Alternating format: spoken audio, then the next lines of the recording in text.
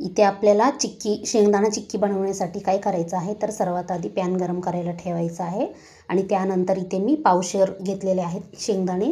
तर हे एकदम बारीक गॅस करून आपल्याला छान असं हलकंसर भाजून घ्यायचं आहे.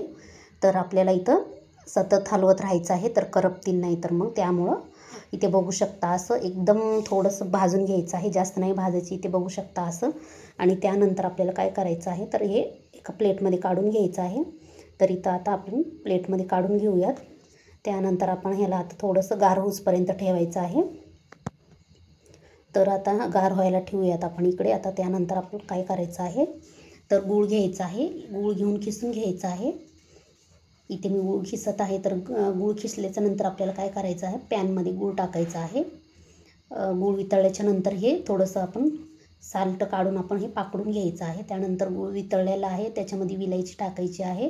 हे हलवत राहा आणि त्यानंतर काय करायचं आहे आपल्याला, आता हे शेंगदाणे ह्याच्यात टाकून घेऊयात. त्यानंतर आपण हे सगळं हलवून एकत्र मिक्स करून एका डब्यामध्ये सेट व्हायला ठेवायचं आहे. तर आपली चिक्की इथे तयार आहे.